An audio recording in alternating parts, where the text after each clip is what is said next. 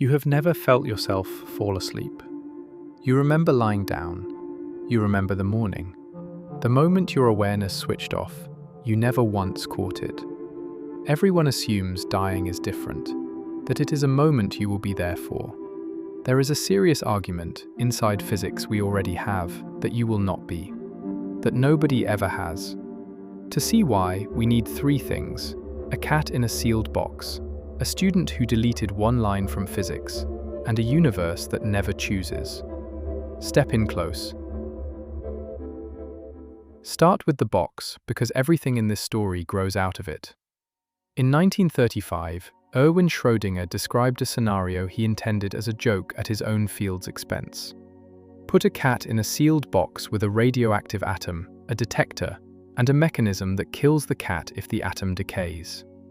The atom is a quantum object, so before anyone looks, it sits in a superposition, decayed and not decayed at once. The detector is coupled to the atom. The mechanism is coupled to the detector. The cat is coupled to the mechanism.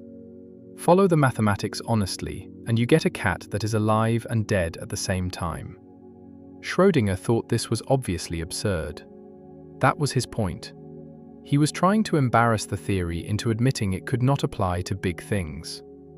The uncomfortable part is that the mathematics never agreed with him. The equation that governs quantum systems, the Schrödinger equation, his own, contains no instruction to stop applying itself when things get large. Nothing in it says, at this size, at this weight, at this level of complexity, switch to different rules. The absurdity he pointed at was real. The theory just refused to flinch.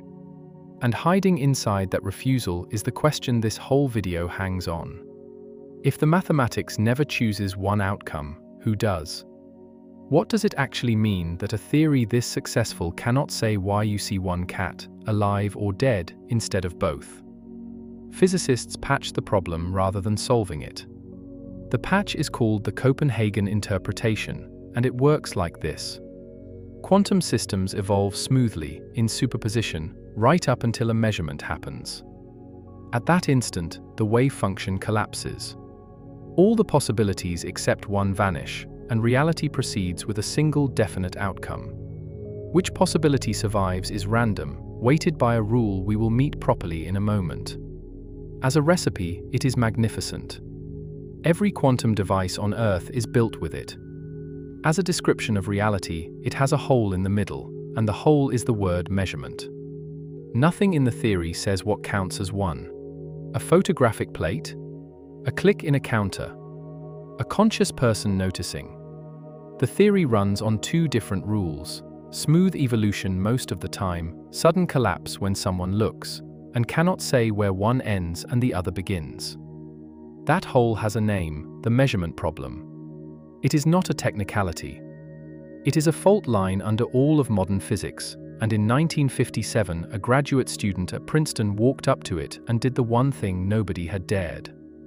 His name was Hugh Everett III, and his idea was not to add anything to quantum mechanics. His idea was to subtract. Everett's proposal, published under the title Relative State Formulation of Quantum Mechanics, was this: delete the collapse. Take it out entirely. Let the Schrödinger equation apply to everything, always: atoms, detectors, cats, laboratories, people, the entire universe at once, with no exceptions and no special role for observers. The consequence is immediate and enormous. If nothing ever collapses, then when a measurement happens, the outcomes do not compete for reality.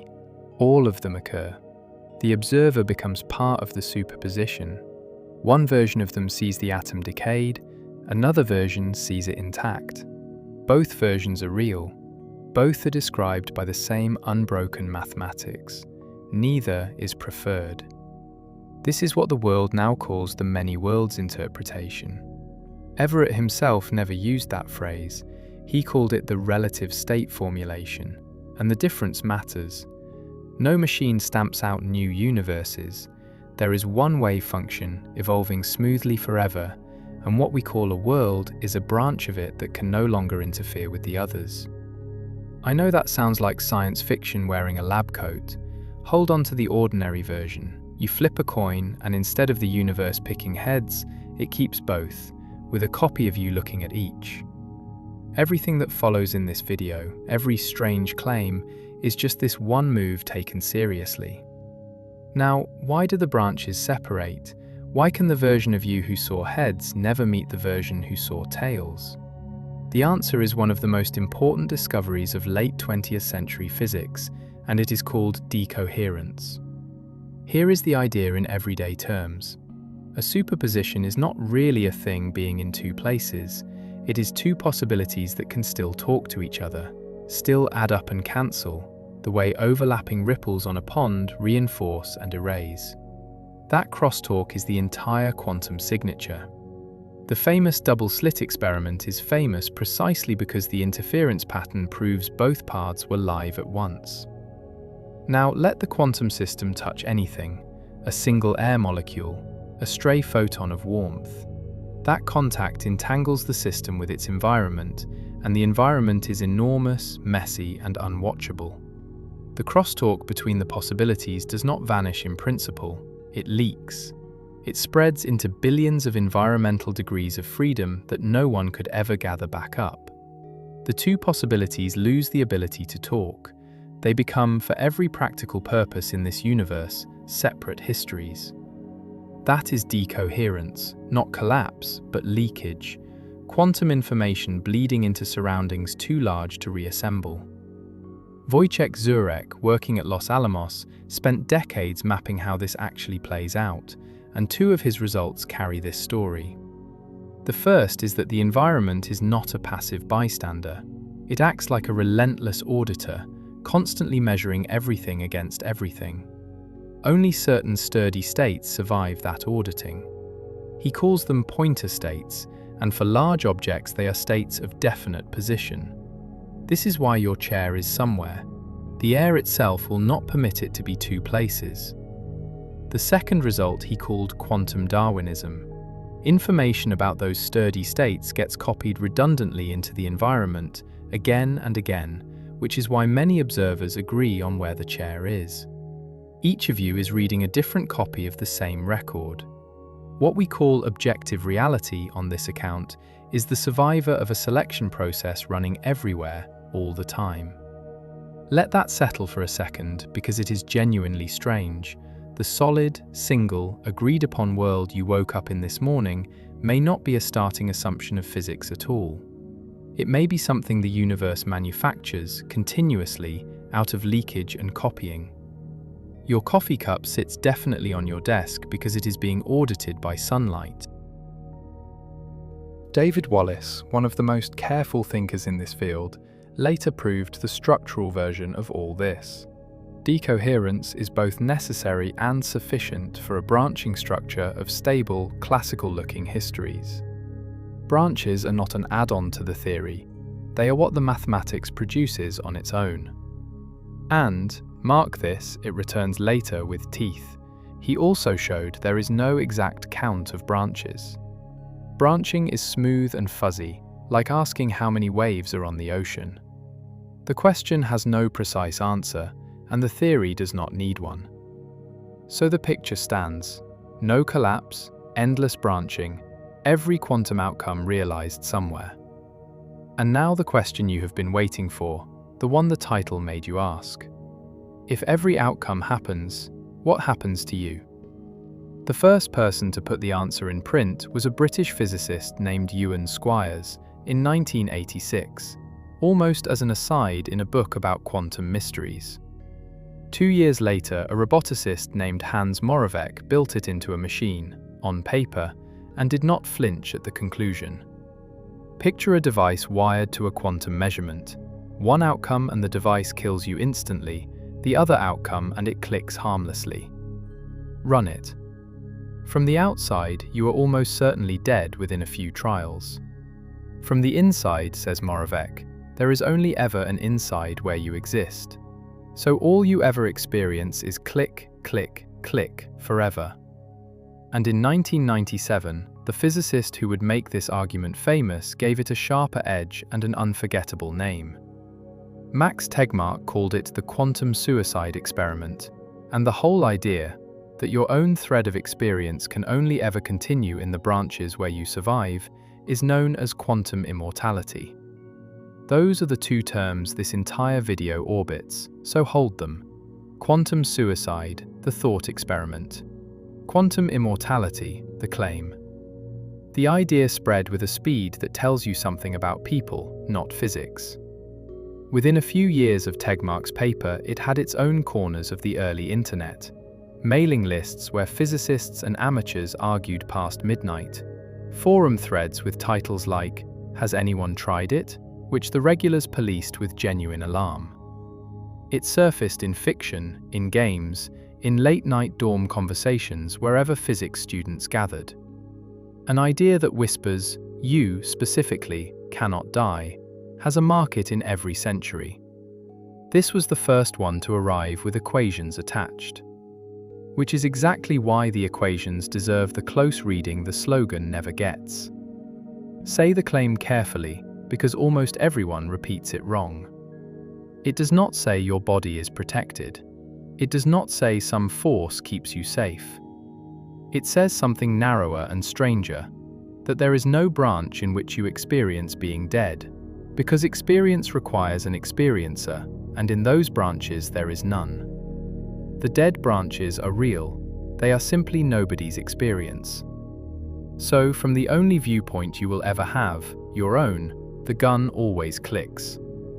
Tegmark ran the logic on his quantum gun. Each trial branches the universe.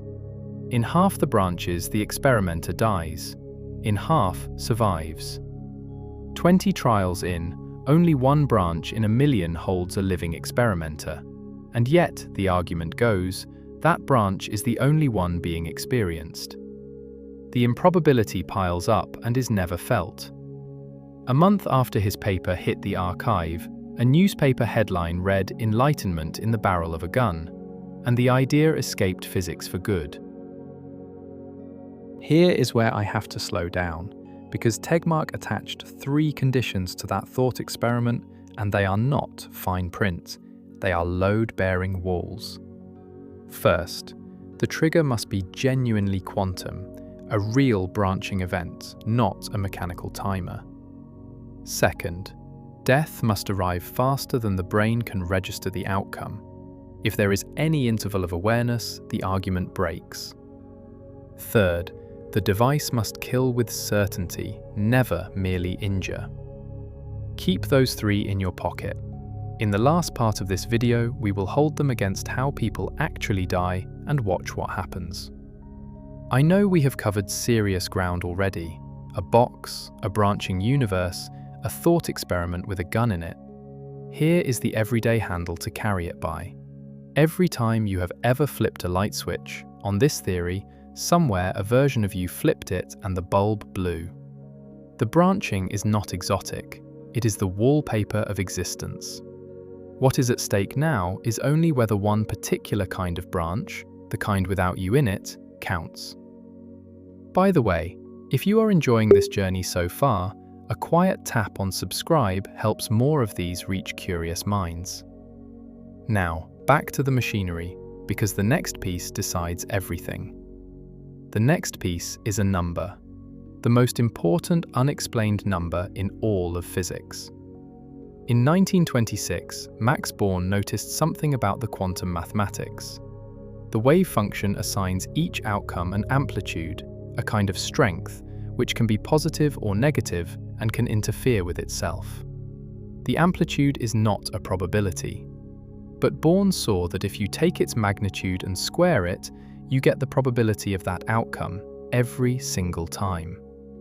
In plain words before any symbols, the number the theory hands you is not the odds. You must square it to get the odds. Written out, the probability of outcome k equals the magnitude of psi sub k squared. Picture it like this. The wave function is a wave rolling toward a beach with many coves, and the amplitude at each cove is the height of the water headed there. Squaring the height tells you how much of the wave's energy lands in that cove. The outcome you see is a cove. The square is how much of everything arrived in it. That squaring rule is the Born rule, and it has passed every experimental test for a century to more decimal places than nearly any claim humans have made about anything. And nobody fully knows why it is true. Born himself got it slightly wrong in the main text of his paper and fixed it in a footnote while correcting the proofs. The most successful quantitative rule in science entered the world as a footnote. It is worth standing inside that moment in 1926 because the vertigo of it never really went away. Physics just got used to living with it. Before Born's footnote, every law of nature anyone had ever written was a machine. Put in the present, crank the handle, receive the future. Newton's mechanics, Maxwell's electromagnetism, even Einstein's relativity, deterministic engines, all of them. Born's footnote was the first law in the history of science that refused to say what will happen. It would only say how often. The theory that would go on to give us the transistor, the laser, and a third of the world economy declines, as a matter of principle, to predict a single individual event.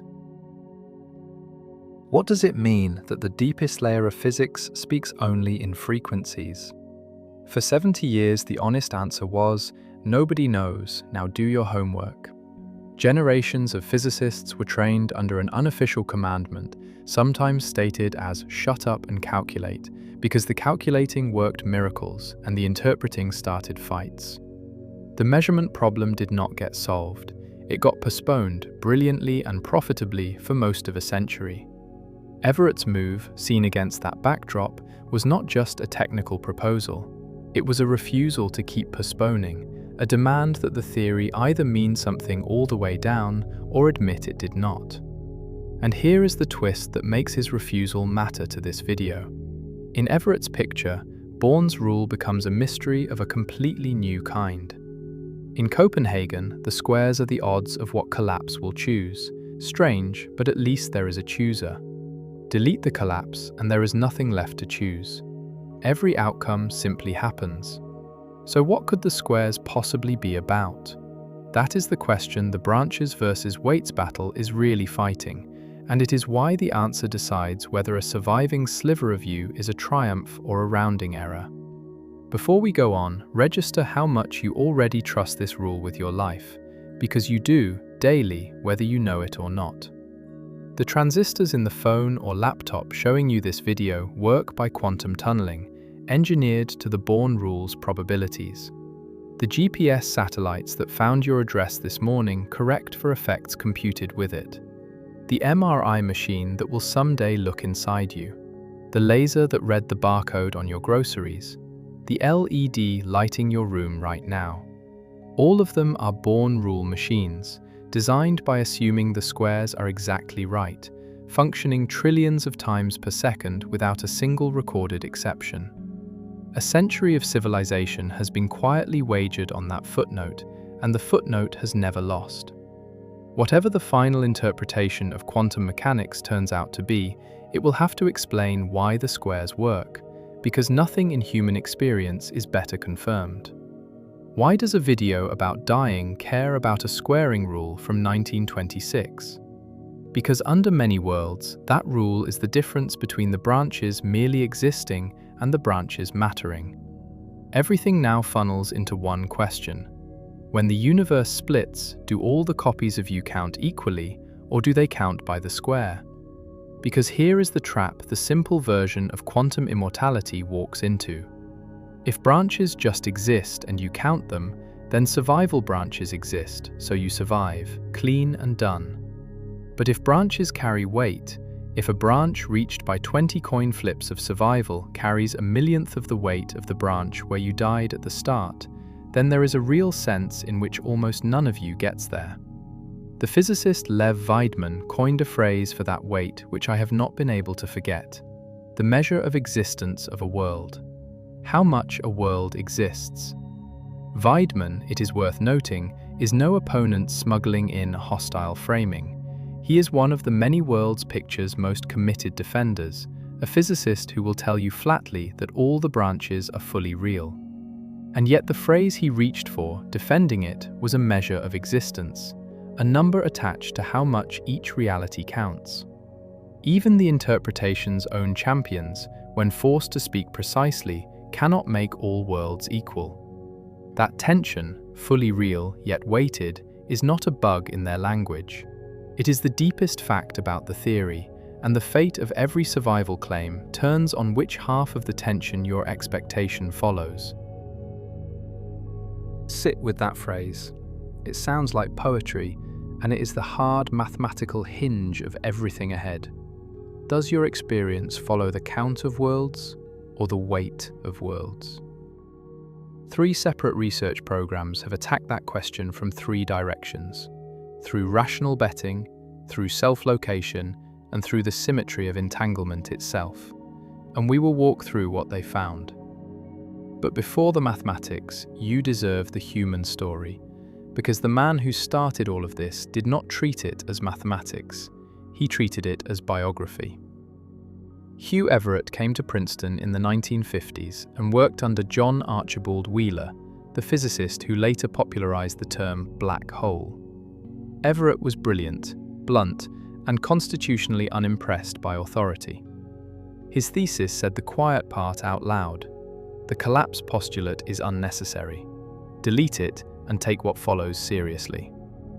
Wheeler admired the work and feared its reception, and made Everett cut it down, soften it, dress it in cautious language before it was published in 1957. The caution bought nothing.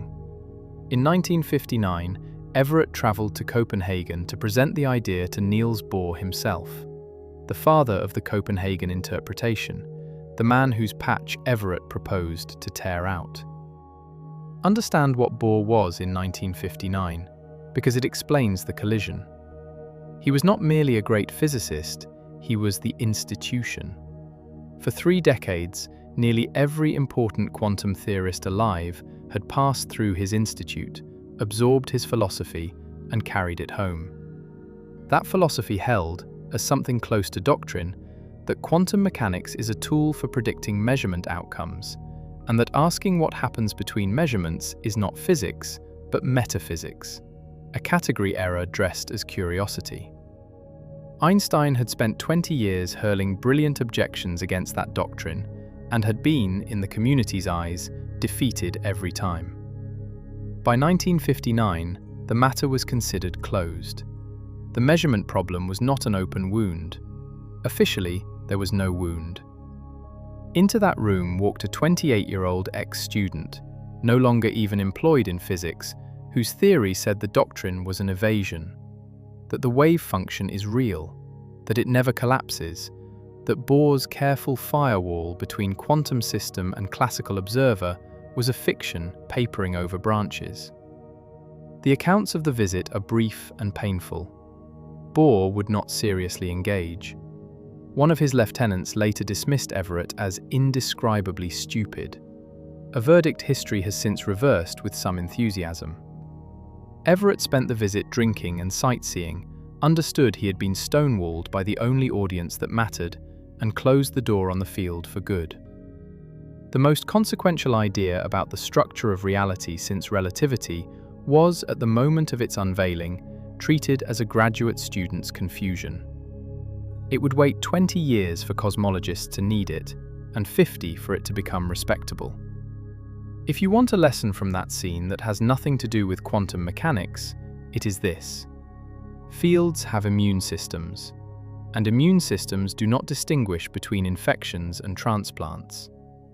Every discipline you respect has, somewhere in its past, a hallway where the future stood explaining itself to someone who would not look up. It should make you slightly less certain about which of today's dismissed ideas is merely wrong and which is early. And it should make you notice with some admiration that physics did eventually correct itself. Slowly, posthumously for Everett, but genuinely. The branches outlived the doorkeepers. And Everett walked away from academic physics entirely. He spent the rest of his life doing classified operations research for the Pentagon, targeting analysis, wargaming, the cold arithmetic of nuclear exchange. He never published on quantum mechanics again. The Pentagon years deserve a moment because they explain the man in a way the physics alone cannot. Everett was not a wounded academic licking his wounds. He thrived.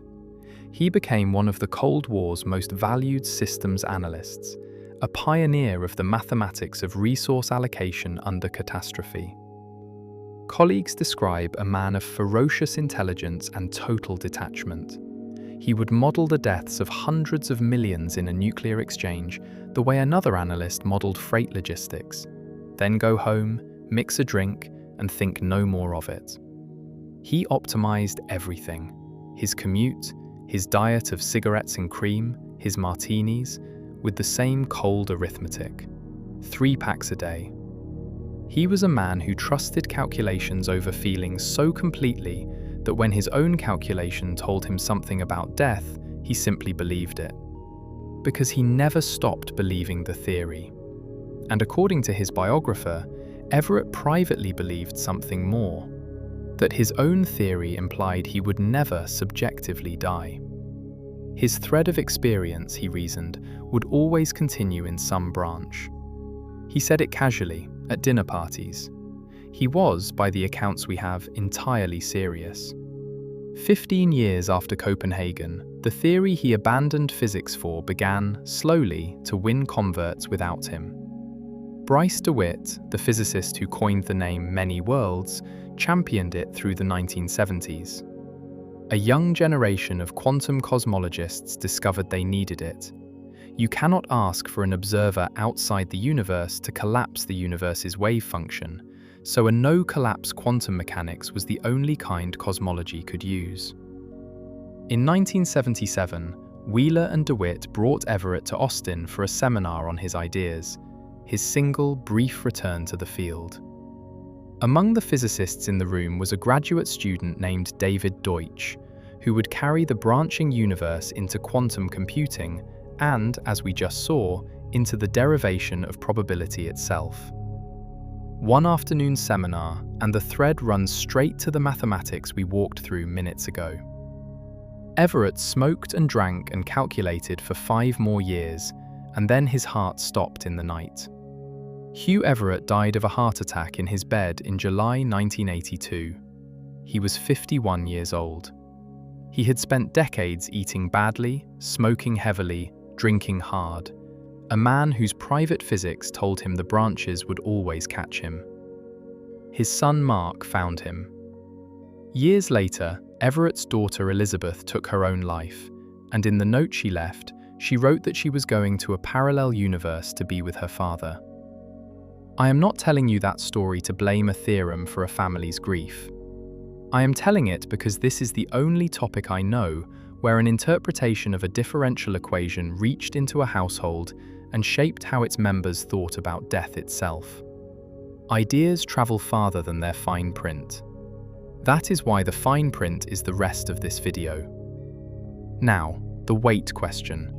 Do the branches count, or do they weigh? Here is what the 3 programs found. The first road is decision theory, built by David Deutsch and completed by David Wallace. Strip away the physics costume, and their question is, if you knew, with certainty, that the universe was about to branch, how should you place bets on what you will see? You cannot bet on all outcomes. Your future selves each see one. Deutsch and Wallace proved that any betting strategy that does not weight the branches by the square of their amplitudes can be turned against you, turned into a set of bets you yourself would call irrational. The Born rule on this road is not a law of nature so much as the only sane way to gamble inside a branching universe. An analogy before the next road. Imagine your estate will be split among heirs you will never meet, and you must write the will now. Even though every heir exists, you would not treat a cousin inheriting 1/1,000,000th the way you treat a child inheriting half. Weight is not existence, it is claim. The second road is self-location, from Charles Sebens and Carroll. Their insight, immediately after a branching, before you look at the result, there is a moment where you genuinely do not know which branch you are in. The physics is fully determined, but your address in it is not. You are, briefly, lost in your own universe. Asking what odds you should assign to each address, they proved that one modest principle, that what you rationally believe about your own location cannot depend on irrelevant, faraway details, forces those odds to be the squared amplitudes. Again, the Born rule, from a different direction. The third road is Zurek's, and it is the most austere. No observers, no bets, just symmetry. Entangled quantum states have a peculiar property. Certain changes made on one side can be exactly undone from the other side, meaning those changes cannot possibly matter to anything local. From that symmetry alone, Zurek derived which probability assignments are even consistent. The answer, once more, the square. Let me slow each road down, because they deserve better than a drive-by, and because the differences between them matter for how much you should trust the destination. The decision theory road began as a shock. When David Deutsch first presented it in the late 1990s, the reaction in the Foundation's community was close to disbelief. Probability derived from a theory with no randomness in it. The proof works by cornering you. Suppose you are about to branch, and you insist on valuing the branches by anything other than their squared amplitudes. Say you weight them equally, one branch, one vote. Deutsch and Wallace show they can then construct a sequence of offers, each of which you accept by your own stated preferences, that ends with you certainly worse off in every branch. Your own consistency is the trap. The only weighting that cannot be gamed, the unique fixed point of rational preference under branching, is the square. Wallace spent a decade nailing down every axiom and published the full structure in 2012, a proof with the flavor of a chess combination. You may not like the conclusion, but every move is forced. What does it mean that probability can be derived from rationality alone? It means something quietly profound about the Born rule's place in nature. Perhaps it was never a physical law in the usual sense. Perhaps it is what betting looks like from inside a wave. The self-location road is friendlier, and my favorite to explain because you can act it out. Sebens and Carroll ask you to picture the seconds after the measurement but before you look. The universe has already branched. There are now two of you, in identical rooms, each holding an identical unopened envelope. Nothing about your experience distinguishes them. That is the point. From the inside, you cannot tell which copy you are. You are not uncertain about the world. The world is fully determined. You are uncertain about your address in it. And that is an ordinary, respectable kind of uncertainty. The same kind you have when you wake in a hotel and briefly do not know which city you are in.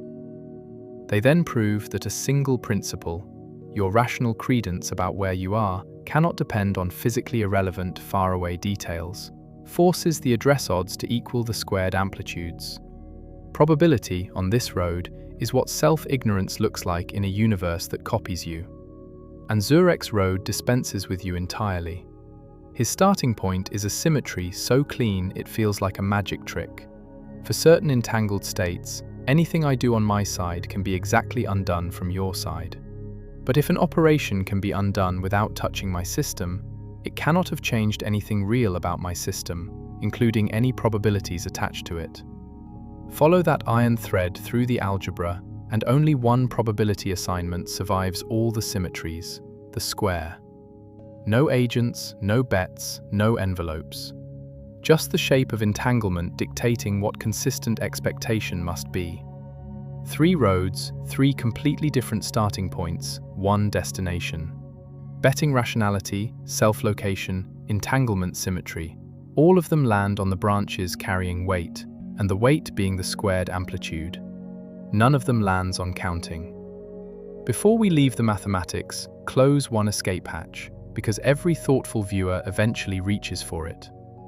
If the universe splits, could branches ever merge back together? Could a thinning thread of you somehow rejoin the river? If so, the weights might be refilled, and the whole accounting changes. The answer is no, and the reason is the same reason a shattered cup never reassembles. Decoherence is information leaking into the environment, and that leakage is measured by a quantity physicists track with an equation worth meeting. In plain words first, it measures how thoroughly a system's quantum information has been scrambled into its surroundings. How much would have to be unscrambled to undo the split? Written out, it is the von Neumann entropy. S equals minus kb times the trace of rho log rho, where rho describes the system's state. Now the buffer the symbols need. Think of the entropy as a count of spilled marbles. Every photon that bounced off the apparatus and flew away carries one marble of which branch information into the sky. To merge two branches, every marble, trillions upon trillions, moving at light speed in every direction, would have to be chased down and returned in perfect order. Not forbidden by any law. Merely as likely as every air molecule in your room spontaneously crowding into one corner. Branching, in other words, inherits the arrow of time itself. The same one-way flow that makes eggs scramble and coffee cool makes the split permanent. Wallace devotes a chapter to showing the branching arrow is grounded in the same irreversibility as thermodynamics. Others trace it all the way back to the improbably ordered state the universe was born in. Wherever it comes from, the consequence for us is final. The thin thread does not get refilled.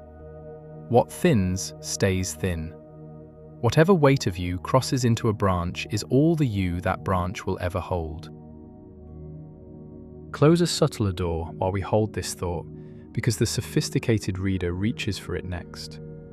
In a universe with no end of time, could the pattern of you simply recur, reassembled by chance, somewhere, somewhen, a duplicate down to the last memory?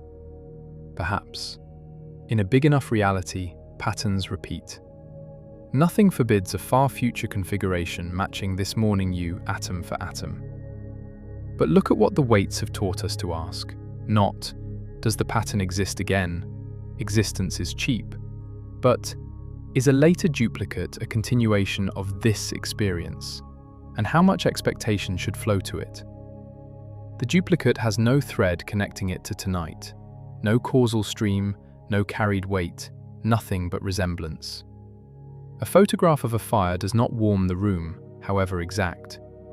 If mere pattern identity were survival, you would already be immortal in every mirror and every sufficiently detailed memory of you held by someone else. And nobody comforts the grieving with mirrors. The recurrence door and the branching door fail the same inspection. Both offer copies where continuity was the thing being asked for. And notice, a shadow moves across your wall as a cloud crosses the sun. That shadow is the universe doing exactly what we have spent 10 minutes formalizing. Countless photons auditing a surface, an irreversible record being written into daylight, and not one part of it undoable. You have been watching Decoherence your whole life. You just called it the world happening. I promised you bridges over the heavy stretches, so here is solid ground.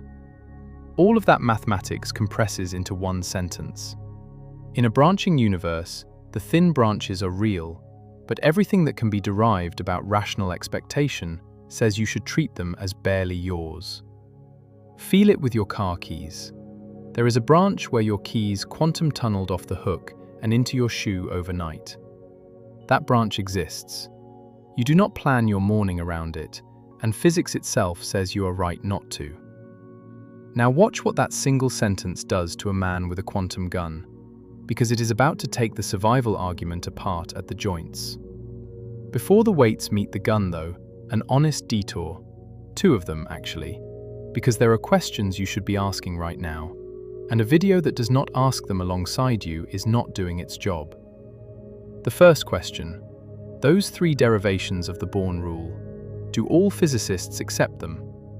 No, and you deserve to know exactly where the argument creaks. Adrian Kent and David Albert, two of the sharpest critics in the foundations community, have pressed a deep objection for years. In a universe where every outcome definitely happens, what can the word probability even mean? Nothing is uncertain. Nothing fails to occur. When a physicist says an outcome has a 90% chance, and the theory says both outcomes happen with certainty, what is the 90% about? Albert has a pointed version of the complaint, sometimes called the fatness problem. If a heavier branch counts for more, what exactly is there more of? The observer in the thin branch is not thinner. Their experience is not dimmer. Their coffee does not taste 1/1,000,000th as strong. So what physical thing does the weight describe?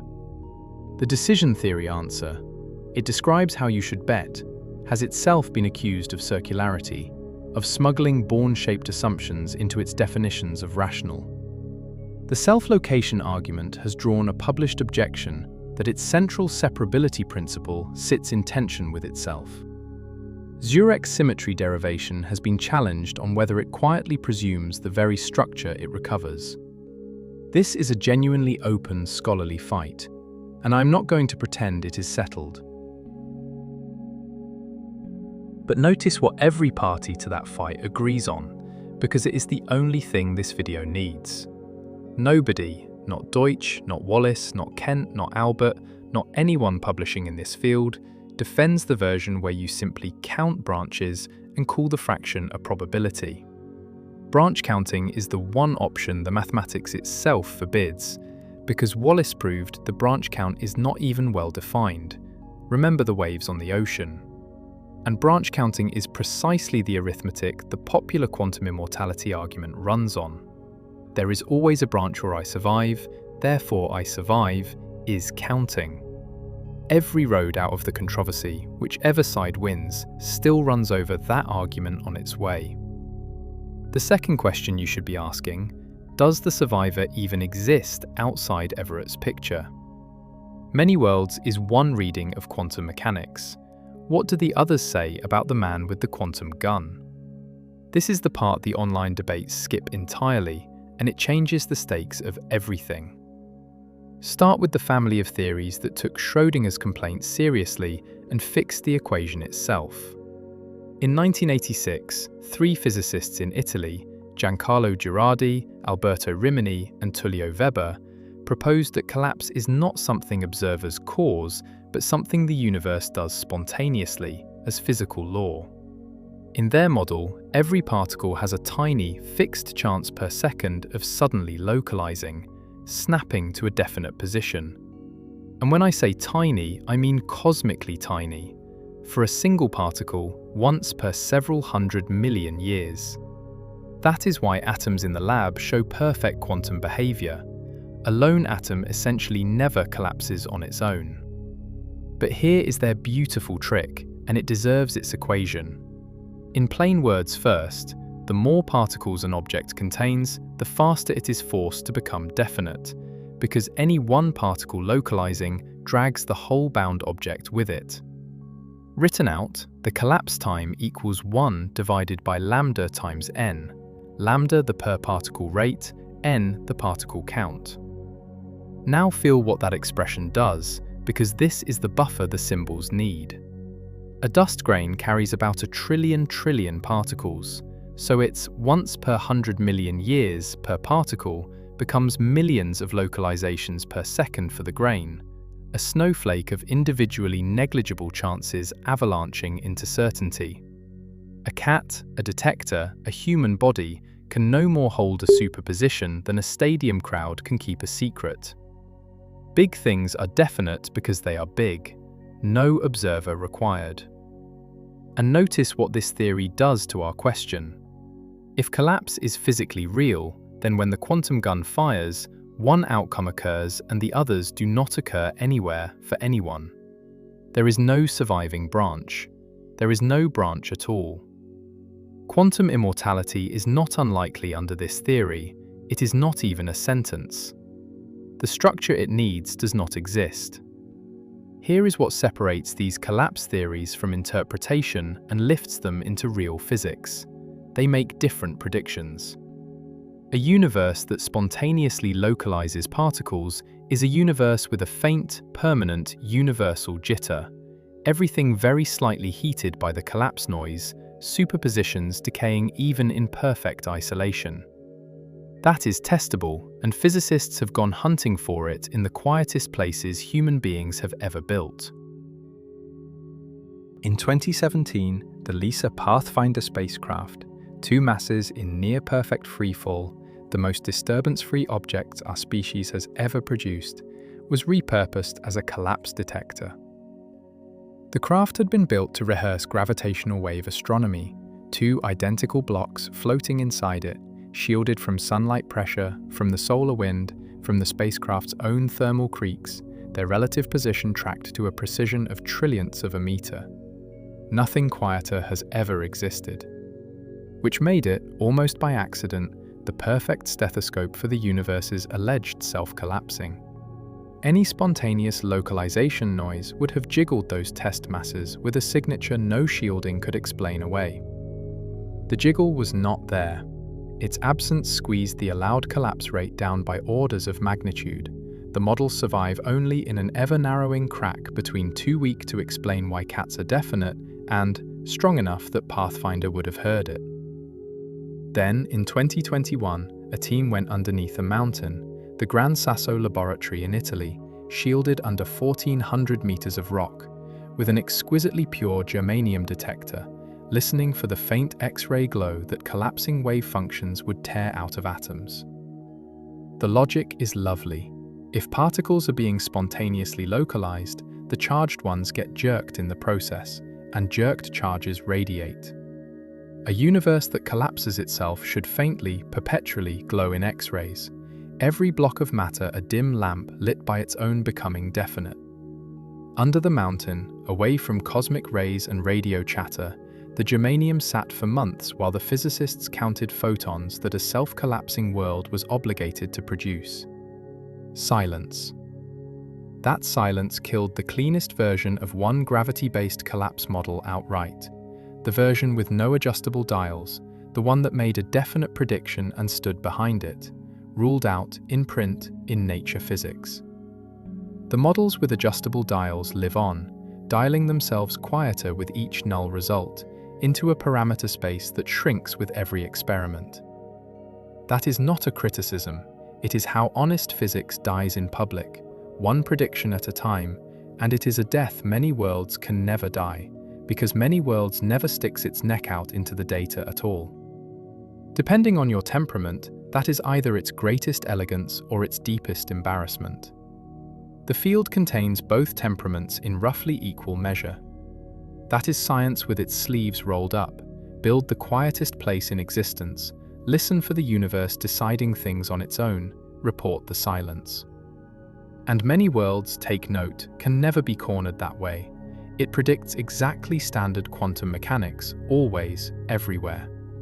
Its economy is also its untouchability. Two more alternatives, briefly, because each murders the survivor differently.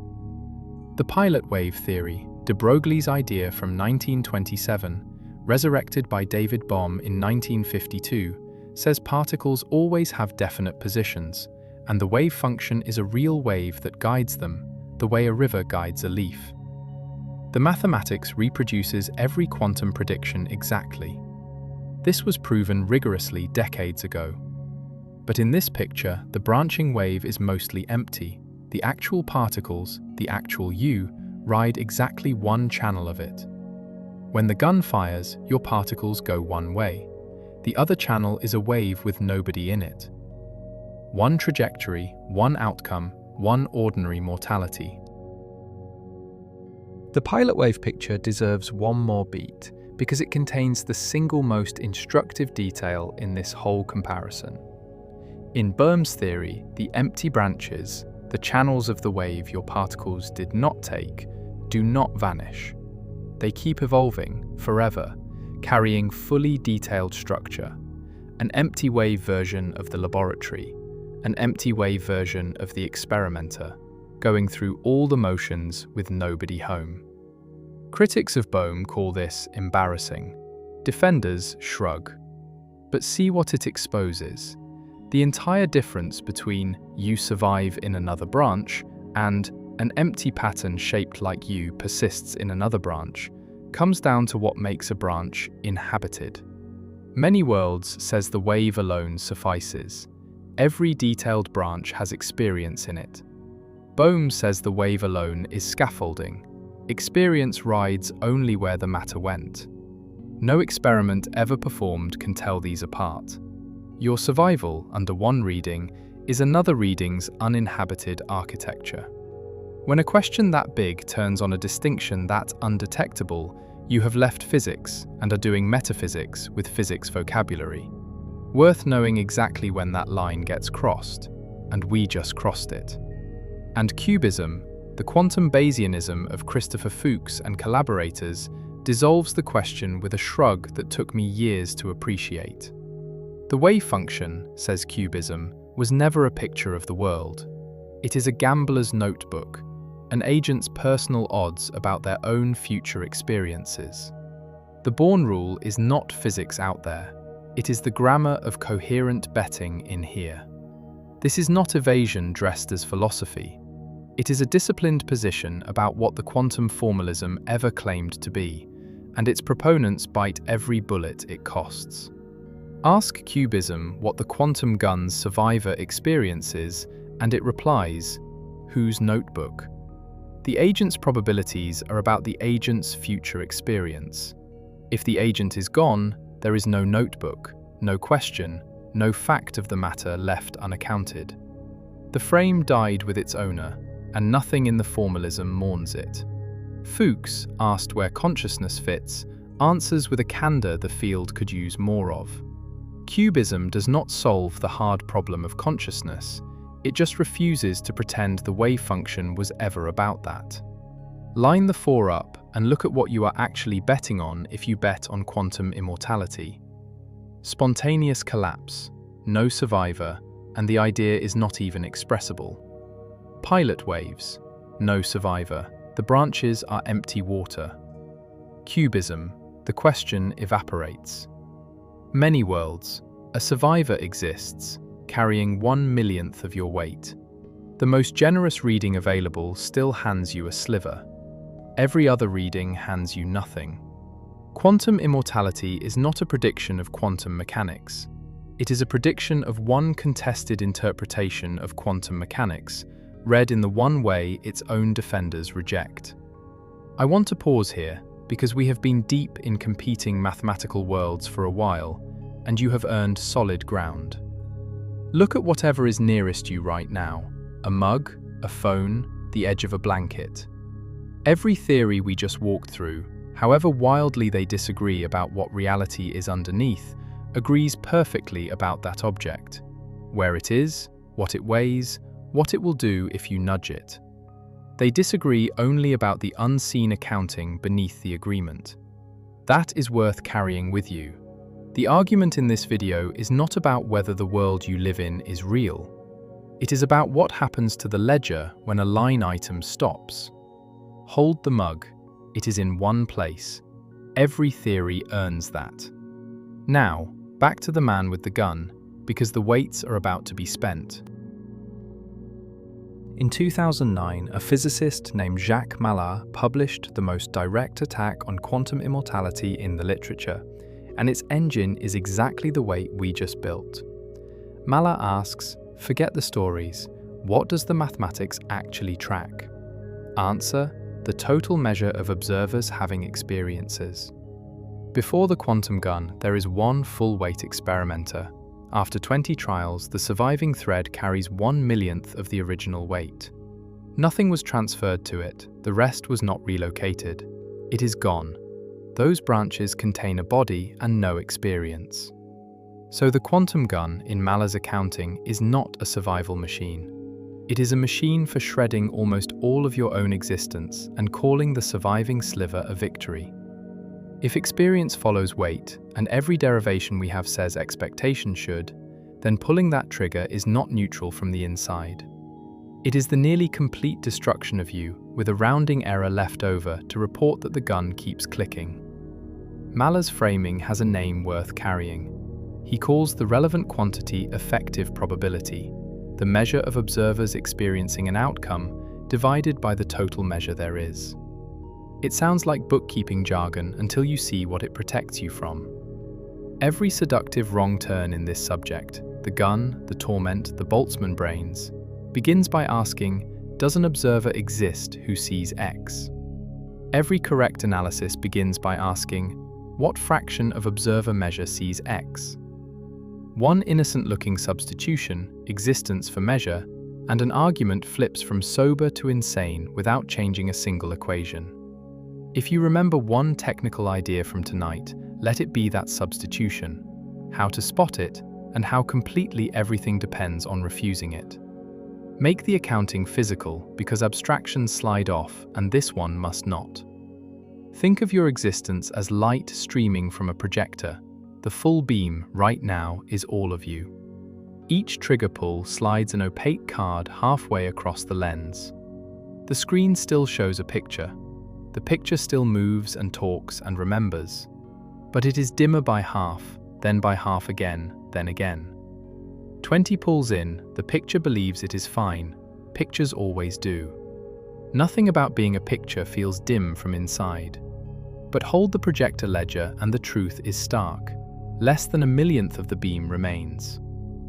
Mallah's point is that the ledger, not the picture's self-report, is what the mathematics tracks. And on the ledger, the quantum gun is a shredder that leaves a witness. There is a mirror image consequence hiding in this, and stating it makes the weight idea click for most people. If thinning your existence is a loss, then by exactly the same accounting, everyday prudence is a gain. Wear the seatbelt and you have not merely dodged an outcome, you have shifted weight, real measure, from broken branches into whole ones. Under branch-weighted thinking, every careful choice you have ever made was you, literally, deciding how much of yourself lives in which kind of world.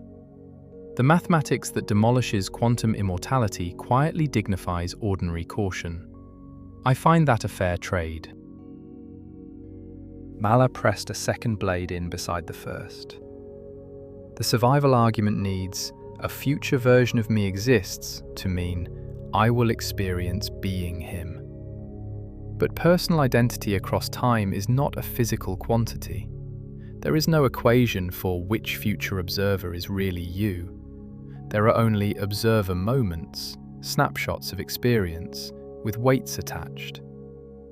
Once you say it that way, the comfort dissolves. Yes, survivor moments exist. They simply carry almost none of the weight that was yours. Existence was never the question. The question was always how much, and we have now asked it 3 ways and gotten 1 answer. And there is a third cut, quieter and in some ways the most damning. Tegmark proposed the quantum gun as, in principle, an experimental test of many worlds. The experimenter would come to know branching is real, from the inside, by surviving the unsurvivable. But run the numbers from the outside. Suppose 10 billion people, and 200 of them insane enough to try it. After round 1, about 100 remain. After 8 or 9 rounds, roughly 1. Now, that is exactly what a single, ordinary, non-branching universe predicts too. Coin flips thin a crowd at the same rate whether or not anyone branches. The survivor has seen nothing that a lucky person in a single world would not see. The experiment cannot distinguish the 2 universes even for the person inside it. It was never a test at all. And if you think the observer's position in all this feels slippery, one more result, published in 2018, made the slipperiness into a theorem. And it deserves its place in this story because it marks the exact edge of what physics can currently say about the word fact. The setup is a thought experiment from 1961 called Wigner's Friend. Eugene Wigner imagined a colleague sealed inside a laboratory, performing a quantum measurement. From the friend's point of view, inside, the measurement has a definite result. She saw it happen. From Wigner's point of view, outside the sealed lab, quantum mechanics describes the entire laboratory, friend included, as one big superposition. Friend who saw up, entangled with friend who saw down. Both descriptions follow the rules perfectly. They disagree about whether a fact exists yet. For half a century, that sat in the literature as a curiosity. Then Daniela Frautschiger and Renata Renner at ETH Zurich sharpened it into something with a blade. They built a scenario with observers reasoning about observers reasoning about observers. Quantum mechanics applied to people applying quantum mechanics. and derived a flat contradiction. Predictions that are each individually licensed by the theory and jointly impossible. Their paper's title says it without blinking. Quantum theory cannot consistently describe the use of itself. A contradiction in a formal argument means an assumption must die, and they identified the menu. Either quantum mechanics does not apply universally, there is some scale where it stops, or there is more than one consistent story of the world, single world consistency fails. Or facts are not observer independent. There is no view from nowhere, only views from branches. Pick your poison. The theorem says you must pick. Many worlds survives by choosing the third. Outcomes are facts relative to a branch, and there is no universal ledger. That is a coherent escape, arguably the cleanest on the menu, but stop and notice what was just paid for it. In this picture, did the experimenter survive has no absolute answer. It has a branch-indexed answer, weighted by the squares. Which means the quantum immortality question, pushed all the way down, does not resolve into yes or no. It resolves into a family of facts, each carrying a weight, and the weight of the ones with you in them is what this whole video has been computing. And lest you think this is philosophers pushing symbols, it left the armchair years ago. In 2019, a team in Edinburgh implemented a small-scale Wigner's friend test with entangled photons standing in for observers, and in 2020, a stronger no-go theorem was tested in Brisbane. The experiments came out exactly as quantum mechanics predicts, which is to say, against the comfortable idea that observed facts are simply universally there. Whatever facts are, the universe keeps them more carefully scoped than our language does. Sit with what that scoping means for the sentence at the heart of this video, you survive, because the theorem quietly rewrites its grammar. In ordinary speech, did she survive the operation, has one answer, owned by the universe, awaiting discovery. The Frauchiger Renner menu says that comfortable picture is one of exactly 3 things we may keep, and many worlds keeps the other 2. In the Everett picture, there is no cosmic registrar recording a single verdict per patient. There are branch facts, survived here with this weight, did not with that weight. And the totality is the only complete answer there is. Human languages were not built for this. Every verb we own conjugates for one world. Which is why the survival argument feels so slippery to debate. It is conducted in single-world grammar about a theory that abolished single-world facts, and half the online confusion is just that mismatch wearing a costume. When someone says, "But will I survive or not?" Under Everett, the most honest answer is not yes and not no, but that question has more grammar than the universe has facts. The weights are the entire remaining content of the word will. I realize how heavy that lands, so anchor it to something you own. Think of a photograph of yourself as a child. Single-world grammar says that child became you, one thread, one verb. The branching grammar says that child became an enormous family of adults, of whom you are the one reading this sentence, weighted among siblings you will never meet. Nothing about your memories, your name, or your morning coffee changes under the second grammar.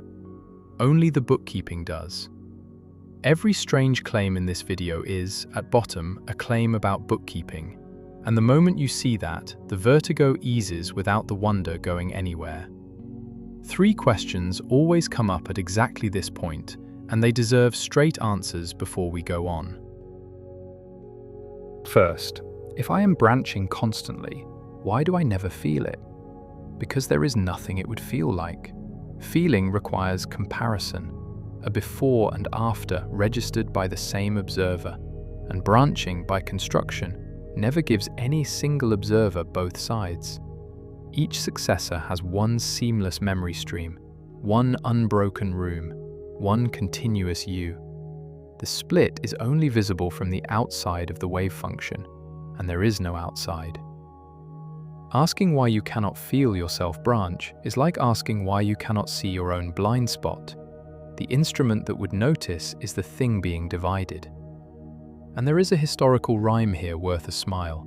People once objected to a moving Earth on the grounds that we would surely feel such motion. We feel nothing because we move with it.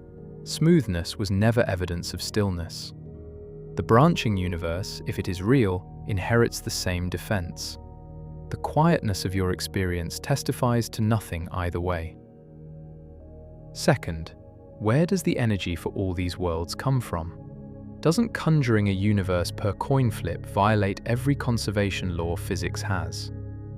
This is the most common objection on the internet, and it rests on the picture Everett never drew, the copying machine. Nothing is copied. The wave function is one object, and branching is that one object developing internal structure, the way a single river delta develops channels. The total, energy, probability, everything conserved, never changes. It partitions. Each branch carries its weight share of what was already there. Asking where the energy for new branches comes from is like asking where the water for new delta channels comes from. It was the river all along. Notice too that this objection would prove far too much if it worked. The wave function already contained all those components before decoherence separated them. Superposition was never an energy crisis in a laboratory, and branching is only superposition grown up. Third, does my choosing split the world? When I almost ordered the other coffee this morning, is there a branch where I did? Here, honesty requires a smaller answer than fiction would like. Your deliberations run on neurons, and neural firing, as we saw, is decoherently classical. Your choices are not 50-50 quantum forks. They are mostly determined by the brain state you brought to them. Some quantum noise feeds in at the margins, amplified chaotically over time, so across long stretches the branch family of you does diversify. But the romantic picture, every hesitation spawning a parallel life, is not what the physics says. The other coffee you is not a guaranteed neighbor. Branching follows amplified quantum events, not regrets. If anything, the sober version is more interesting than the romantic one. The universe is not a mirror of your indecision. It is a ledger of genuine physical chance. And most of what you call choice was already yours, in this branch, all along. Now, back to the main line, because everything is assembled and the verdict is nearly waiting. Nearly, because quantum immortality has a family, and meeting the relatives is the fastest way to diagnose what is wrong with it. The family is anthropic reasoning, arguments that lean on the fact that you exist to conclude something about the world. The most notorious relative is the Boltzmann brain. It goes like this. In some cosmological scenarios, random fluctuations over unimaginable stretches of time should occasionally assemble, by pure chance, a bare functioning brain, complete with false memories of a life, vastly more often than they assemble entire orderly universes containing evolved observers. Count observers naively, and you should conclude you are almost certainly such a fluctuation, a momentary brain hallucinating this video about to dissolve. Nobody believes this, but notice why the argument fails to convince. It is doing exactly what the quantum immortality argument does. It counts observers instead of weighing histories.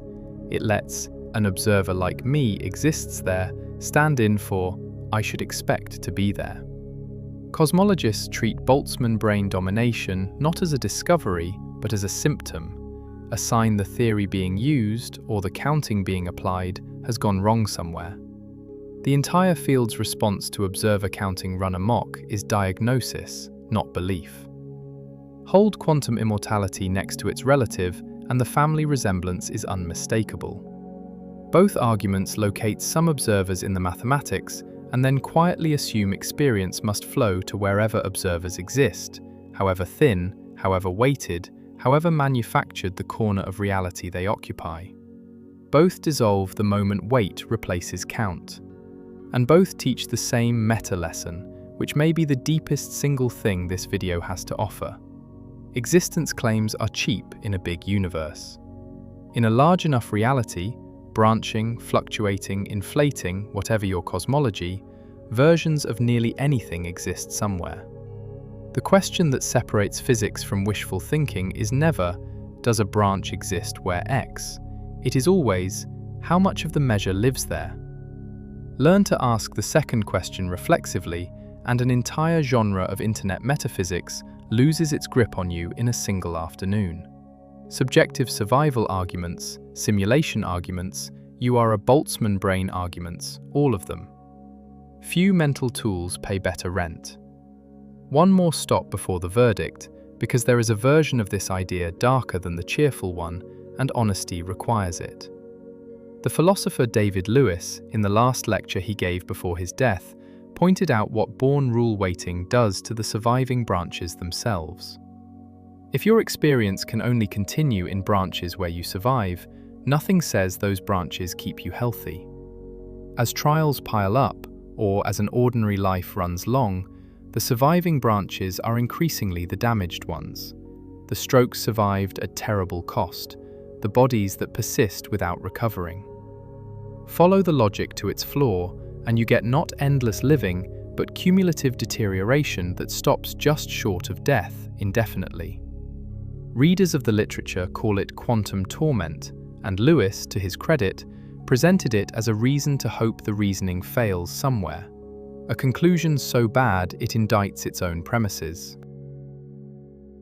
Feel the full shape of Lewis's nightmare before we answer it, because half-facing it would be cowardice.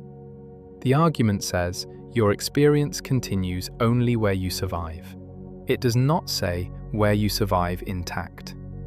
Across an ordinary lifespan, the branches where a 90-year-old body keeps functioning grow thin. The branches where it half functions grow thick. Project forward along the surviving threads, and the destination is not sunlit endlessness. It is an asymptotic hospital, an endless approach to a floor that can never quite be reached, because reaching it would end the experience the argument insists must continue. Lewis, one of the great analytic philosophers of his century, laid this out in the last lecture of his life. He died months later, and his conclusion was not, therefore fear death less. It was closer to, therefore examine these premises very, very hard. Because arguments this monstrous are usually wrong somewhere.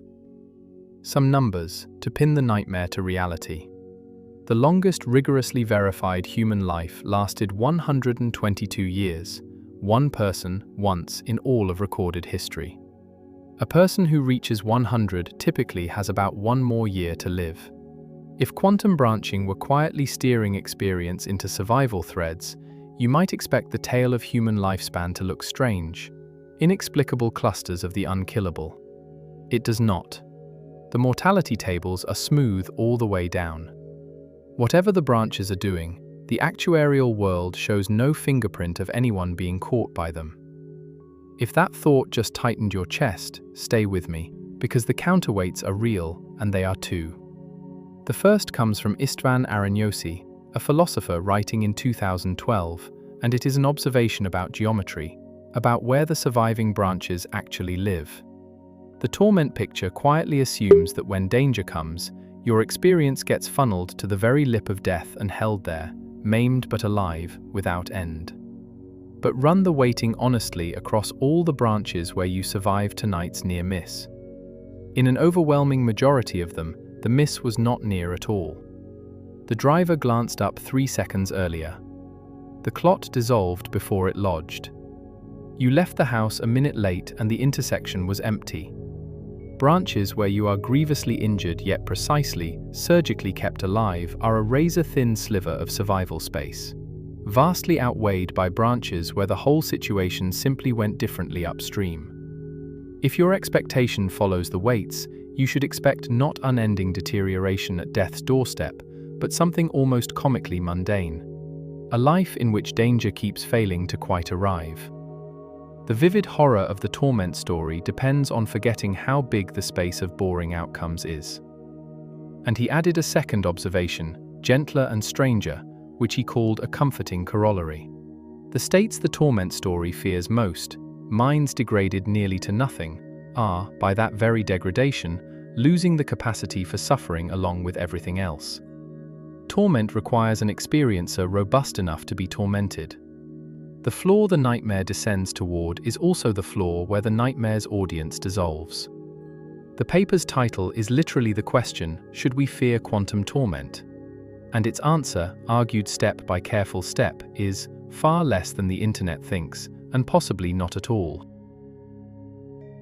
The second counterweight is Alexei Turchin's from 2018, and I include it as much for its honesty as its argument. Turchin set out to do what nobody had, actually put numbers on subjective survival across branches, and his attempt surfaced something destabilizing. Weight, he noticed, may not track bodies, it may track patterns. Estimate the information content of a conscious state, gigabytes of accumulated memory, something like a megabyte for the texture of a single present moment. Now notice that a simpler mind, fewer memories, coarser detail, is instantiated identically across enormously more branches than a complex one, roughly doubling its presence for every bit of distinguishing detail it lacks. Lose a kilobit of complexity and, by his arithmetic, your pattern's multiplicity explodes by a factor with hundreds of zeros. I want to be plain. This is speculative, contested, and built on identity assumptions many philosophers reject. But its direction matters. It says degraded states are not thin, lonely threads. They are broad, blurred, heavily multiplied presences, which scrambles the tidy bookkeeping the torment story needs. The nightmare requires a precision the mathematics, examined closely, refuses to supply. And beneath both counterweights, the honest flaw, stated once and clearly. Nowhere in the published literature, not in Lewis, not in Aroniosi, not in Turchin, not anywhere, does a derived equation exist for the ratio of healthy to degraded survivor branches across a human life. It has never been calculated because nobody knows how to define its terms. Every confident-sounding number you have ever heard attached to quantum torment was invented for a forum post or a video. A channel that respects you says so. The second counterweight is stranger, and it comes from Alexei Turchin's 2018 attempt to put numbers on any of this. Chasing how much weight a mind carries, he estimated the information in a human conscious state, gigabytes of memory, a megabyte-scale moment of experience, and noticed that simpler minds, having fewer distinguishing details, exist identically in vastly more branches at once. I will not defend his arithmetic as settled science. Nobody should. But the direction of it dissolves the torment picture into something much foggier.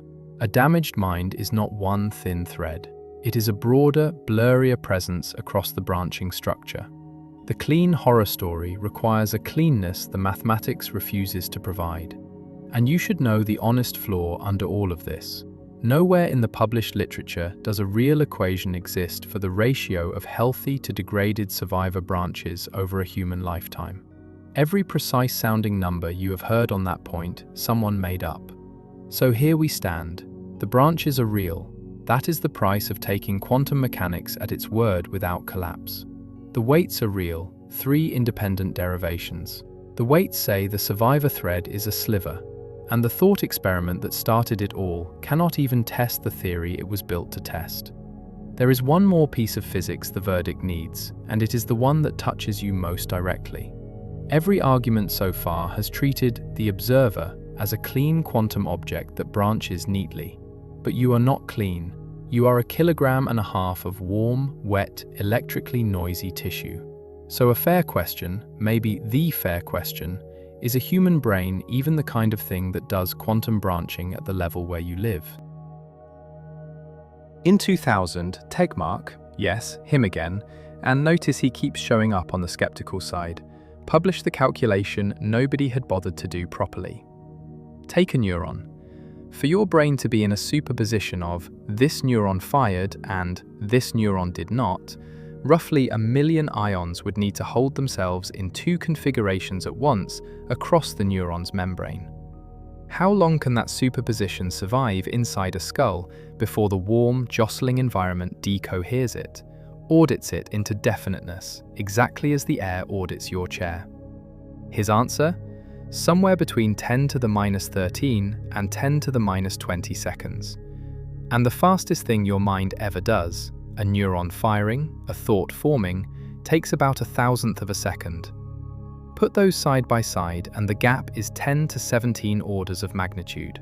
Decoherence beats thought by up to a factor of 100 quintillion. Later work revisited his numbers and moved some of them by a factor of 100 million, and the conclusion did not even wobble, because 100 million times 10 to the minus 20 is still hopelessly, absurdly faster than a single thought. It is worth saying why the brain loses this badly, because the reason is almost funny. The features that make a brain good at thinking are exactly the features that make it terrible at quantum coherence. It is warm, thermal photons everywhere, each one an auditor. It is wet, water molecules colliding with everything trillions of times per second. It is electrically active, ions streaming through channels, every current a broadcast of which state information into the surroundings. A quantum computer preserves its fragile superpositions by being everything a brain is not: isolated, silent, and colder than interstellar space, within a whisker of absolute zero. Your skull maintains the opposite of laboratory conditions. The brain is not a delicate quantum instrument that decoherence sadly ruins. It is a machine built entirely out of decoherence. Every signal, every memory, every moment of this video being understood is environmental auditing put to work. Thought does not survive despite the noise. Thought is the noise, organized. Feel the size of that with an analogy. If one of your thoughts took a full year, the superpositions inside your brain would be collapsing every few billionths of a second all year long.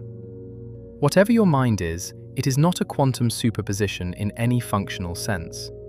Your brain is a classical machine, not because quantum mechanics stops at your skull, but because the environment inside your skull is the most relentless auditor there is.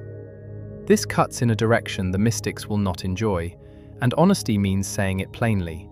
Every version of quantum immortality that leans on consciousness being quantum, awareness riding superpositions, the mind surfing the branches, is dead on the table by 17 orders of magnitude.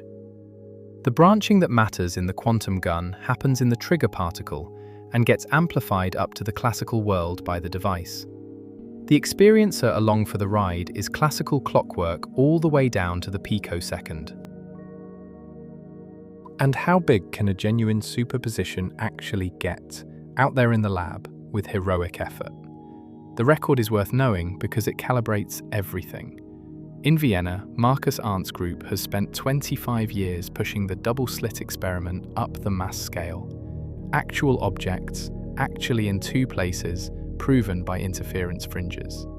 By 2019, they had done it with molecules of more than 25,000 mass units, 2,000 atoms, internally hot, vibrating in thousands of ways, held in superposition for 7,000ths of a second. And in results published this year, they delocalized sodium nanoparticles beyond 170,000 mass units, the most massive object ever to be meaningfully in two places at once. It is a magnificent achievement, and it is a speck, invisible without instruments. A human brain outweighs it by 20 orders of magnitude. The distance between the frontier of demonstrated superposition and a person is not an engineering gap awaiting a better vacuum pump. It is the distance between a raindrop and an ocean. And every collapse model experiment we met earlier patrols that territory with nothing to report. So when the argument casually says, the experimenter branches, now you know exactly how much work that little phrase is doing, and exactly which parts of it are laboratory fact. The trigger particle branches, decoherence divides the histories, and which parts are extrapolation across 20 orders of magnitude of silence. Could the extrapolation ever be tested? Here the story loops back, improbably, to that graduate student in the 1977 Austin seminar. David Deutsch went on to found quantum computing, and his deepest motivation, he has always said plainly, was Everett. A quantum computer, in Deutsch's view, is a branch laboratory. a machine whose power comes from vast numbers of computational histories interfering, which he takes as branching made commercial. And decades ago, he proposed the only experiment anyone has devised that could, in principle, distinguish many worlds from collapse. Build an artificial observer, a conscious or at least genuinely observing machine, inside a quantum computer. Let it make a measurement while remaining in superposition. Then reverse its memory and check whether interference survived. If collapse is real, the observation destroyed the superposition and interference is gone. If Everett is right, the branches recombine and the fringes return. The experiment is monstrously beyond current technology. It requires perfect quantum control of an observer-sized system, exactly the regime 20 orders of magnitude past the sodium record. But it is not beyond physics. Which means the question of this video is, in the strictest sense, scientific. Undecided and undecidable today, but not undecidable forever. Your grandchildren may live to see the branches confirmed or erased. Either result would be among the great discoveries in the history of thought, and neither, note carefully, would resurrect the quantum gun, whose failures are about dying's shape, not branching's reality. I said there would be breathers, and you have earned one before the final descent. Press your thumb against your wrist and find the pulse. That rhythm, mechanical, chemical, classical, has run without a single dropped beat since before you formed your first memory, and every theory in this video, every last one, agrees on what it is doing and what happens when it does it. The disagreements live entirely in the accounting underneath. Keep your thumb there one more second. That is the thick branch. You are in it. Now, the three conditions. Which brings us to Tegmark's 3 conditions, still in your pocket. Time to spend them, because now that we have seen what the weights do to the argument, one last uncomfortable question remains, and it is the one almost nobody in the online debates ever asks. Does real human dying even have the shape the argument needs? Condition 1. The trigger must be genuinely quantum, a fresh branching, with a live you and a dead you splitting at that instant. Now look, really look, at how people actually die, because the argument's fate is hiding in the medical details nobody in the online debates ever touches. Take the leading killers in order. Heart disease. A plaque that accumulated over decades ruptures, a clot forms over minutes, muscle starves over the next hour. Cancer. One misrepaired cell divides and divides over years. Stroke. A vessel wall that weakened across 10,000 days finally yields to this morning's blood pressure. Accidents. A chain of classical mechanics, velocities, reaction times, friction coefficients, fully in motion seconds before the outcome, as deterministic as billiards. In every one of these, by the time death is at issue, the physical situation is overwhelmingly decohered into one macroscopic history. The question, does the patient survive tonight, is mostly not being decided by fresh quantum branchings tonight. It was substantially decided by the classical history already banked, the branch you are already in. Yes, at the base of everything, quantum events fire constantly. A cosmic ray flips a base pair. A molecular collision goes one way rather than another. Over decades, those microscopic forks feed into which macro histories exist. The branching structure of a human life is real. But the quantum gun needs something far more specific. A single, clean, 50-50 branching at the moment of death, with a healthy survivor on one side. Real dying almost never offers that geometry. The forks that mattered happened years ago and have long since decohered into settled fact. What remains at the end is mostly the classical unwinding of a decided situation. The gun compresses a lifetime of diffuse branching into one crisp coin flip, and that compression, not the physics, is where the magic was smuggled in. The artery that fails tonight has been narrowing for 30 years. The car that does not stop began not stopping 4 seconds ago, in plain classical physics. By the time death is at issue, the outcome is overwhelmingly already written into the branch you are in. decohered, settled, no longer splitting into saved you and lost you. Real deaths are not 50-50 quantum forks, they are conclusions.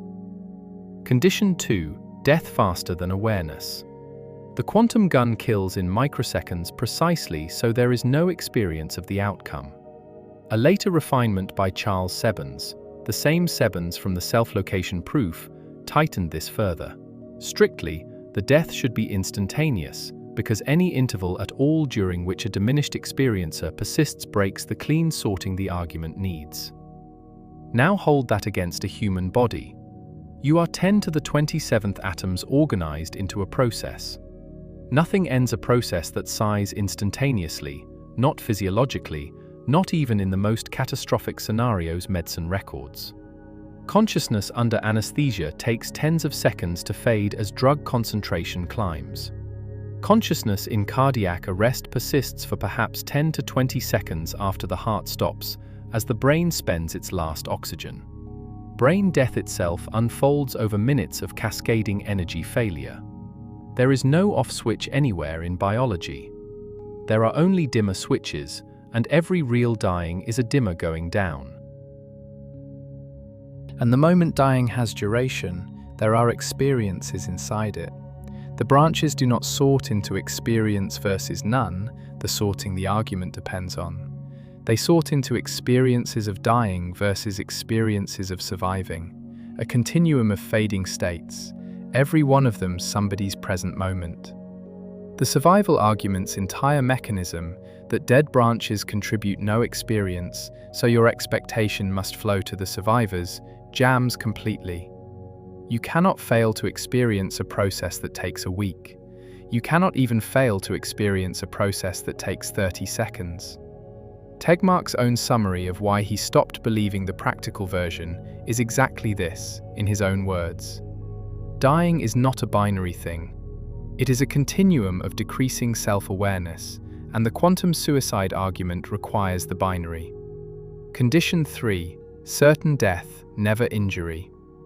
But real threats injure far more often than they kill. Emergency medicine exists precisely because the space between unharmed and dead is vast and densely populated. For every fatal crash, there are dozens of survivable ones. For every lethal cardiac event, many that maim the heart and leave it beating.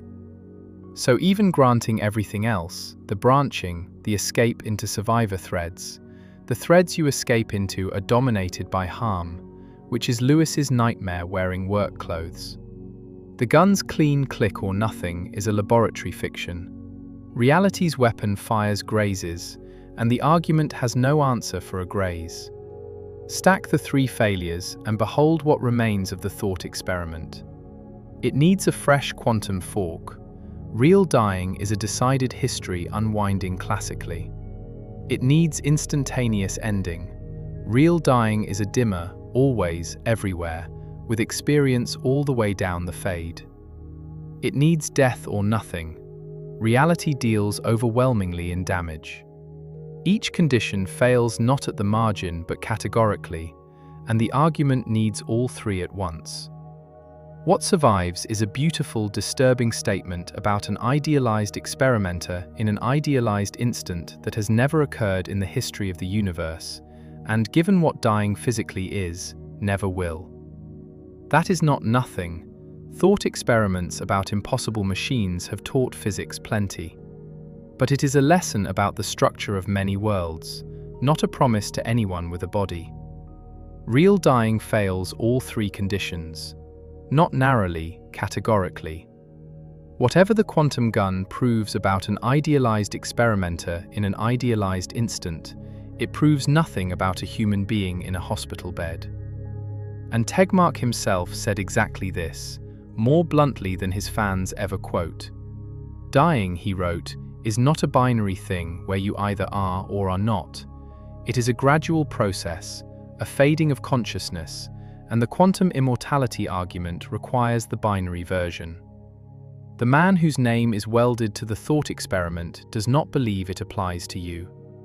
Neither, for what it is worth, did the field convert.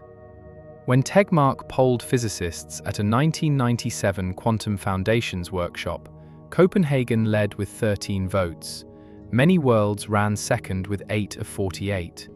And the single largest block, 18, answered none of the above or undecided. Nothing about a show of hands settles reality. Truth is not a popularity contest, and every revolution in physics started as a minority report. But the poll punctures something specific: the online mythology that many worlds is settled physics consensus, and quantum immortality its accepted corollary. Inside the field, the honest state is a plurality of frameworks, a shared calculational core, and a foundational question held open for 100 years. Let me also mark precisely where the resolution of this video stands on the scientific record, claim by claim, so nothing hides in eloquence. That branching structure follows from collapse-free quantum mechanics, established mathematics, theorem-grade interpretation neutral. That decoherence divides histories at fantastic speed, established physics, measured in the lab across 40 years. That the born weights govern rational expectation, derived 3 independent ways, contested in the details, unrivaled by any counting alternative. That a brain is decoherently classical, a published calculation whose conclusion survived 100 million-fold correction to its inputs. That real dying is gradual, classical, and injury-dominated, medicine, not interpretation. That the surviving thread carries vanishing measure, arithmetic. And that experience must follow measure rather than count, the one live assumption in the chain, supported by every derivation we have, deniable only at the price of believing you are probably a Boltzmann brain. That is the honest ledger. The argument of this video is not a fortress of certainties. It is a chain with one philosophical link, and that link is the strongest one available to anyone reasoning about branching worlds at all. And because a claim is only as honest as its breaking conditions, here is exactly what would change this video's conclusion. The things that, if discovered, would oblige me to stand here and retract. If collapse noise is ever detected, if some future Pathfinder hears the jiggle, or a deeper Gran Sasso catches the glow, then many worlds dies, the branches were never real, and this entire discussion collapses into ordinary single-world mortality with no survivors anywhere. Retraction in one direction. If, conversely, a Deutsch-style interference experiment someday succeeds on an observing system, branches recombined through a mind, then branching graduates from interpretation to fact, and the conversation about measure and experience becomes the most urgent question in science rather than a philosopher's borderland. And if anyone ever derives, rather than assumes, how subjective expectation attaches to branch weight, closes the one philosophical link with mathematics, then whatever that derivation says, it wins, including against everything I have argued tonight. 3 named exits. That is what separates a scientific position from a belief system, not confidence, but a published address where the refutation should be delivered. And notice the pattern in who rejects the survival argument, because it is the opposite of what you would expect if this were motivated reasoning. The people best positioned to want it true are its architects and champions, and they are its firmest critics. Everett believed it, yes, and told no one in print. But Tegmark, who named the thought experiment, spent the following decades explaining why real death does not qualify. Wallace, who wrote the definitive modern defense of many worlds, is the one who proved consciousness dwindles rather than switches off, dissolving the clean branch sorting the argument needs.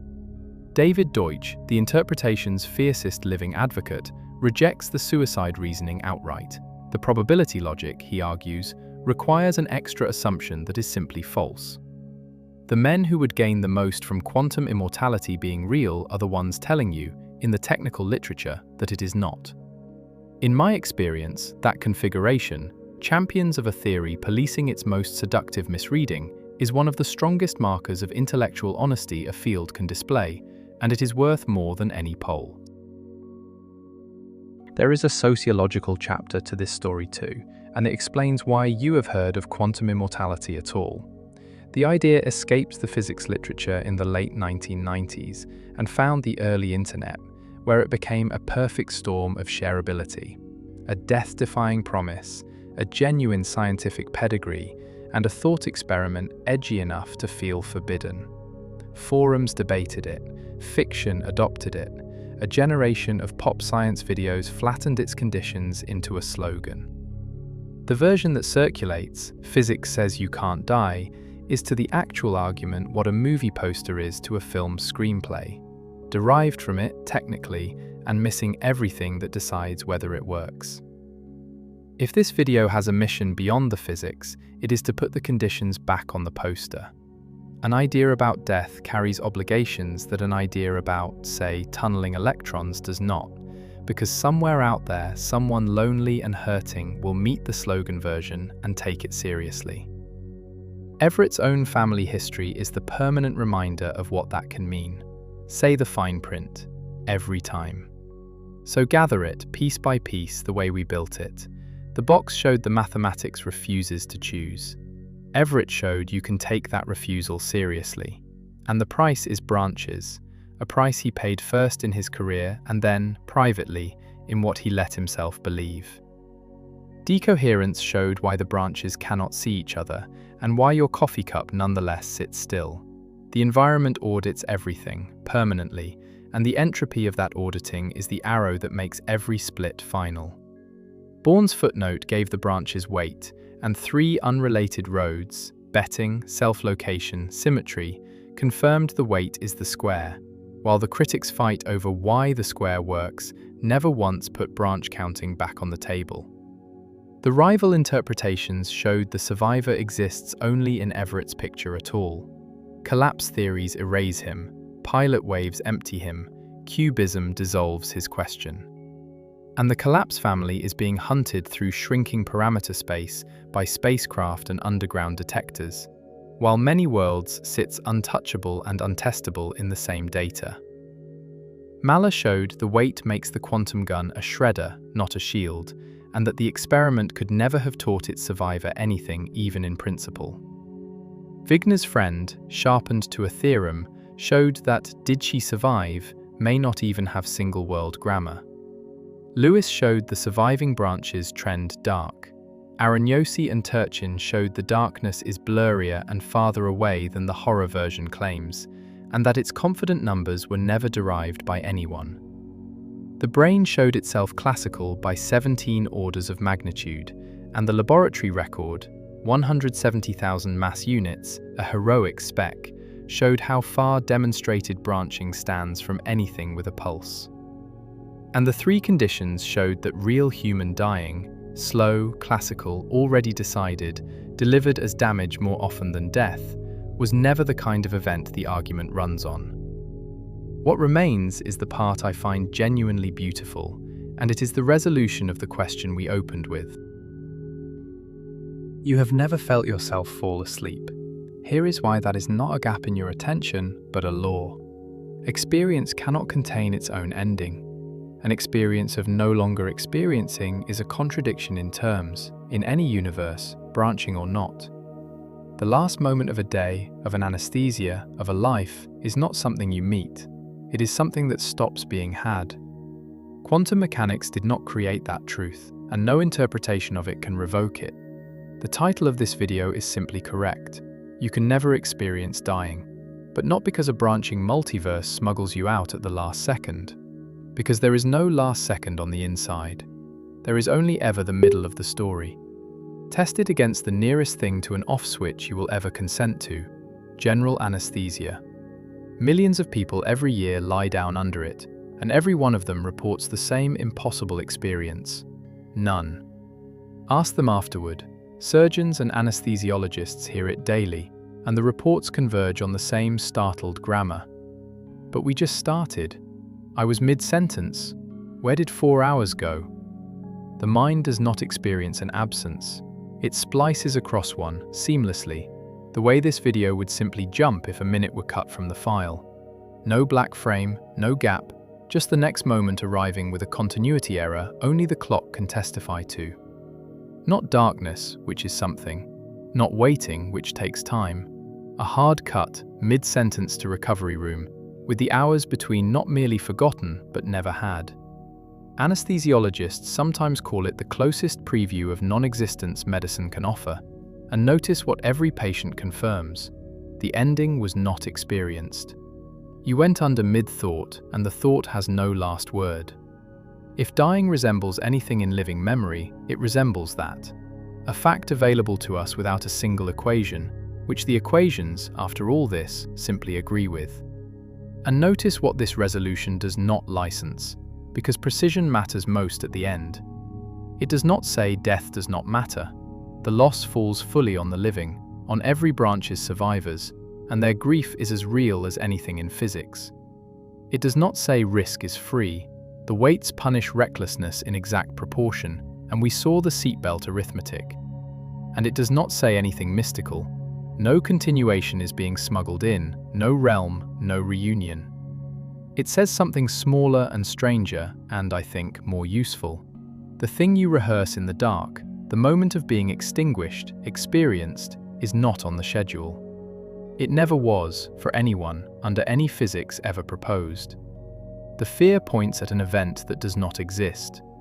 What exists is a life, dense with experience all the way to its edge, and an edge that belongs to the world's ledger, never to yours.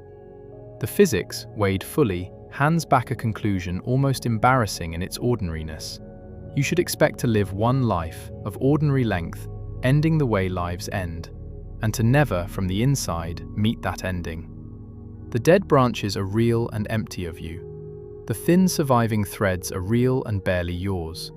The weight of you lives here, in the thick branch, the one where the coffee goes cold and the keys stay on the hook. If you found value in this exploration, consider subscribing. It helps these deep dives reach more curious minds. And if some night the old fear finds you anyway, the 3 in the morning kind, the one that started this video, you now own something better than a comfort. You own the analysis. Walk it once more, briefly, the way you would check a lock. The ending is not an experience. No physics ever proposed makes it one. The branches where you are absent of you. Nothing waits in them. The thread you are riding is the heavy one, the one prudence and probability built together, and everything you love is woven into it at full weight. The fear will pass, the way it always does, not because you argued it away, but because it was pointing at nothing, and now you have watched yourself verify that, step by step, in the best mathematics our species has. There is even a quiet gift hidden in the weights, if you want it. Under branch-weighted thinking, this moment, this ordinary evening, this screen, this particular configuration of your one heavy thread, is not one of infinitely many interchangeable copies. It is where nearly all of you is. The branching universe, properly accounted, does not dilute your life into a crowd of alternatives. It concentrates it, here, now, at full weight. Somewhere in the mathematics, a version of Hugh Everett is still at the dinner table, still insisting he will never die. The weights say otherwise, and said so even as he spoke. But he was right about one thing, righter than he knew. None of us will be there for the ending. The story, from the only seat we will ever occupy, is all middle. And the middle is where everything you will ever experience is happening now.